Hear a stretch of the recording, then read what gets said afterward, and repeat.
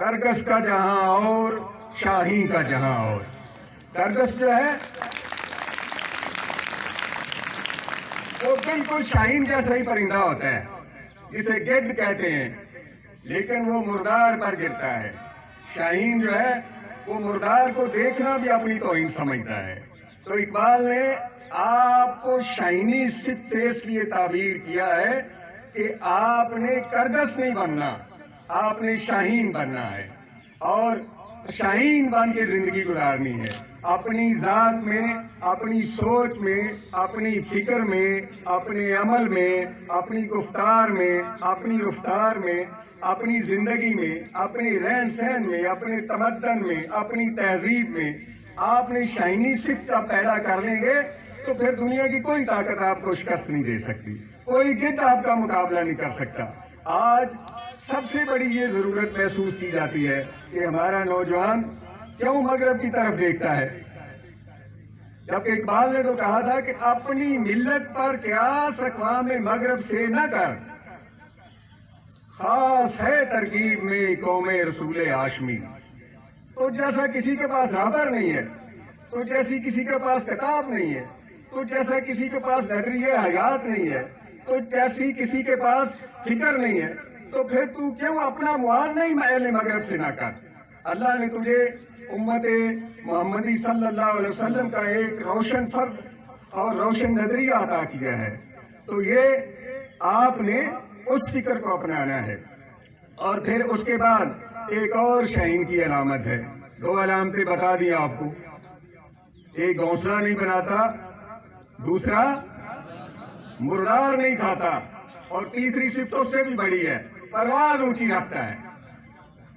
نیچی فضا میں وہ نہیں اڑتا. شاہین جو ہے وہ نیچی فضا میں نہیں اڑتا، وہ اپنی بلند پرواز رکھتا ہے اور بلند پرواز پہ جا کر شکار کرتا ہے اور پھر گرتا ہے، پھر جہاں اس کو رات آتی ہے وہ بسر کر لیتا ہے. نمبر 2، میری بیٹی نے یہاں مطلب اقبال کی خودی پر تقریر کی اور بہت اچھے الفاظ میں انہوں نے اس کا ذکر کیا. خودی کیا ہے؟ خودی یہ ہے کہ اپنی ذات کو پہچان لینا، خود شناسی جسے ہم کہتے ہیں، اپنی ذات کو پہچان لینا. اقبال سے پہلے خودی کے معنی ہی اور تھے. اقبال سے پہلے خودی کا لفظ تکبر کے لیے استعمال ہوتا تھا، نہبت کے لیے استعمال ہوتا تھا، غرور کے لیے استعمال ہوتا تھا، لیکن اقبال نے اس لفظ کے معنی ہی بدل کر رکھ دیے. اقبال نے کہا نہیں، اس کا معنی خود آگاہی ہے، اپنی ذات کو پہچانو. قرآن مجید میں ارشاد ہے جس نے اپنی آپ کو پہچان لیا اس نے اپنے رب کو پہچان لیا. اگر اپنی ذات کو پہچان لوگے تو اپنے رب کو پہچان لوگے، اور جب اپنے رب کو پہچان لوگے تو پھر اگلی خودی کی سٹیج یہ ہے کہ وہ ضبط نفس کی تمہیں تعلیم دے گا کہ اپنے آپ کو روک لو، برائی سے روک لو، ظلم سے روک لو، ناانصافی سے روک لو. یہ دوسری خودی کی نسبت ہے. پہلی یہ کہ خود آگاہی، دوسری کیا ہے؟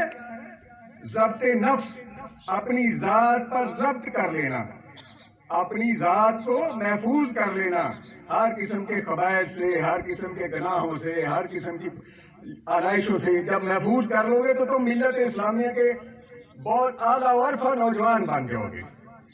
اور تیسری اقبال نے صرف کیا بتائی خودی کی، کہا جب ضبط نفس یہ ہو جائے گا تو پھر نیابت الہی تم کو مل جائے گی، تم اللہ کے نائب بننے کے قابل ہو جاؤ گے. اگر یہ نہیں کرو گے تو نہ تمہیں نیابت ملے گی، نہ تمہیں انسان کے معاشرے میں بلندی ملے گی. تو دوسرا پیغام آپ نوجوانوں کو جو اقبال نے دیا ہے وہ ضبط نفس کے بعد نیابت الہی کا پیغام دیا ہے کہ تم جب اللہ کی رضا کو مان لو گے، اس کو اپنا کسٹوڈین مان لو گے، اس کو اپنی مخلوق کے طور پر مطلب مانو گے تو وہ تمہیں اپنی زمین پر نائب مقرر کر دے گا. اگر یہ نہیں کرو گے تو تم نائب کہلانے کے حقدار نہیں ہو سکتے. پھر تیسری بات یہ ہے کہ اقبال بے عملی کی نفی کرتا ہے.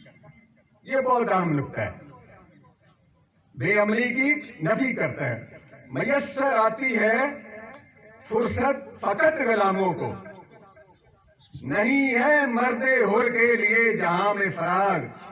جو لوگ آزاد رہنا چاہتے ہیں ان کی زندگی میں فرصت نہیں ہوتی, ان کی زندگی فارغ نہیں ہوتی, وہ مسلسل جدوجہد میں لگے رہتے ہیں. جب وہ مسلسل جدوجہد میں لگے رہتے ہیں تو ان کے لیے منزل خود سمجھ کر آ جاتی ہے, ان کی منزل آسان ہو جایا کرتی ہے. تو میسر آتی ہے فرصت فقط غلاموں کو. یہ فرصت جو ہے یہ غلامی کو جنم دیتی ہے, یہ آزادی کو نہیں جنم دیتی. نہیں ہے مرد حر کے لیے جہاں میں فراغ. جو آزاد انسان ہے وہ کسی کا غلام نہیں بنتا, وہ اپنی دنیا آپ پیدا کرتا ہے. تو یہ خودی کا یہ ایک چوتھا پہلو ہے. رحمت اللہ علیہ کو آج ہم سے بچھڑے ہوئے 82 برس ہو گئے ہیں, 82 ایئر ہو گئے ہیں. لیکن وہ نہ صرف اس خطے میں زندہ ہے بلکہ جس طرح محترم پرنسپل صاحب نے ارشاد فرمایا کہ ان کی فکر آفاقی بن چکی ہے. وہ پوری آفاق کا شاعر بن چکا ہے, وہ پوری کائنات کا شاعر بن چکا ہے. اس نے اپنی شاعری میں پوری کائنات کو سمیٹ کر رکھ لیا ہے اور اس کائنات کو ملت اسلامیہ کے نوجوانوں پر مرکوز کر دیا ہے کہ یہ دنیا یہ کائنات تمہارے لیے بنی ہے اور کسی کے لیے نہیں بنی. آپ مفضول نہیں, آپ افضل ہیں, باقی ساری چیزیں مفضول بن گئی ہیں. تو میری دعا ہے کہ اللہ کریم آپ کو اقبال کے فکر کے مطابق نئی نئی روشنی اور نئے نئے نظریات اور نئے نئے چیزیں عطا کرے.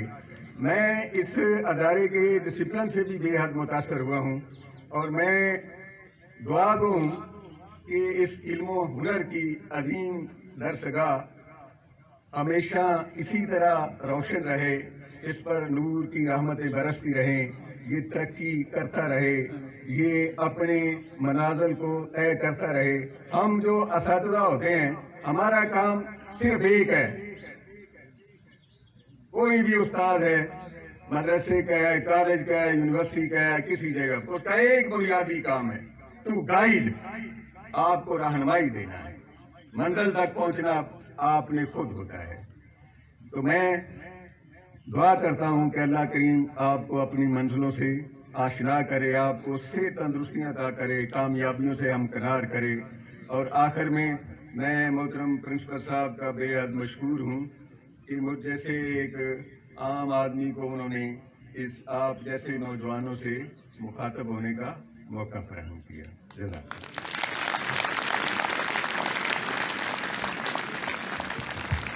Thank you so much, sir.